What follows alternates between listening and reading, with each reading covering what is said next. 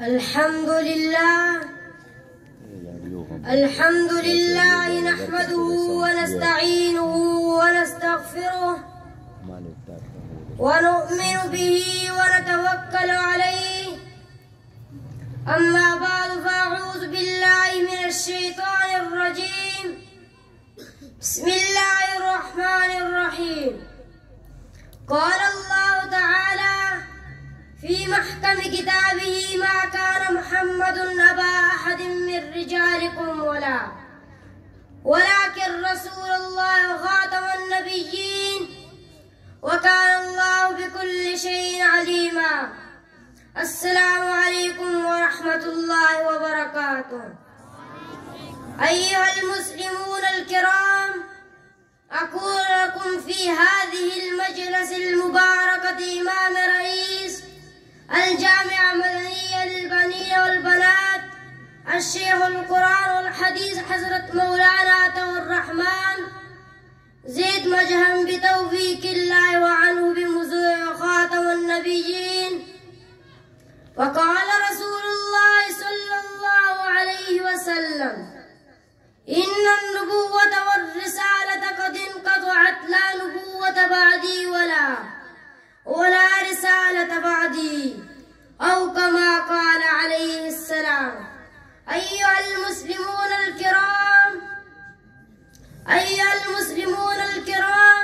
في مسألة ختم القرآن الكريم دلائل كثيرا 100 أو 10 آية ثابت من القرآن الكريم، وهكذا أيفاء دلائل من أحاديث المباركة الطيبة المشهورة المتواترة 200 كما قال عليه السلام: أنا خاتم النبيين لا نبي بعدي، بينه رسول الله صلى الله عليه وسلم.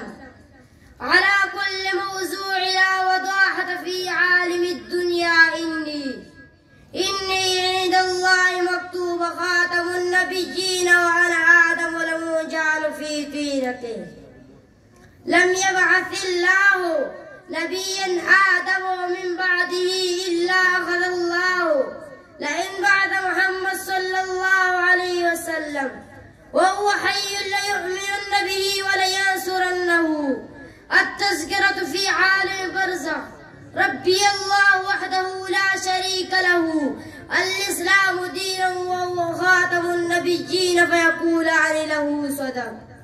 التذكرة في عالم الآخر: وعن أبي هريرة رضي الله في حديث الشفاعة فيقول له عيسى عليه السلام: اذهبوا إلى محمد صلى الله عليه وسلم فيأتون: يا محمد أنت رسول الله وخاتم الأنبياء.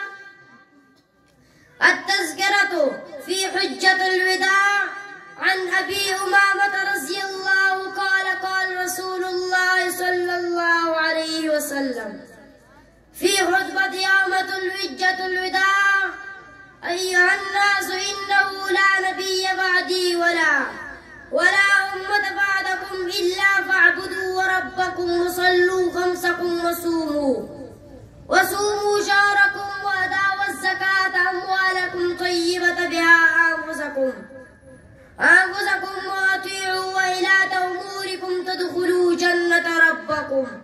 أيها المسلمون، من ادعى النبوة بعد نبي صلى الله عليه وسلم فقد كفر بالإجماع الأمة. وعن أبي هريرة رضي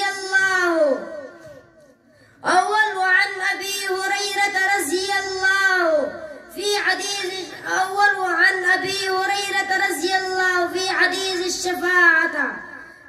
وعن أبي هريرة رضي الله أن رسول الله صلى الله عليه وسلم: وفضلت على الأنبياء ب6 أعطيت جوامع الكلم وسرت بالرعب وعليت إلى الفنائم وجعلت لي إلى الأرض طهورهم أو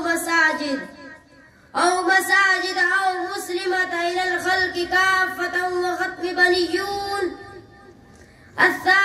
الثاني عن أنس بن مالك قال قال رسول الله صلى الله عليه وسلم: إن النبوة والرسالة قد انقطعت، لا نبوة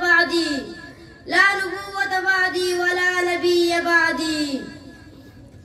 الثالث وعن أبي هريرة رضي الله يحدث عن النبي قال: كانت بني إسرائيل سوسهم الأنبياء كلما هلك نبي وإن خلف بني وإنه لا نبي بعدي وسيقولون خلفاء فيكثرون.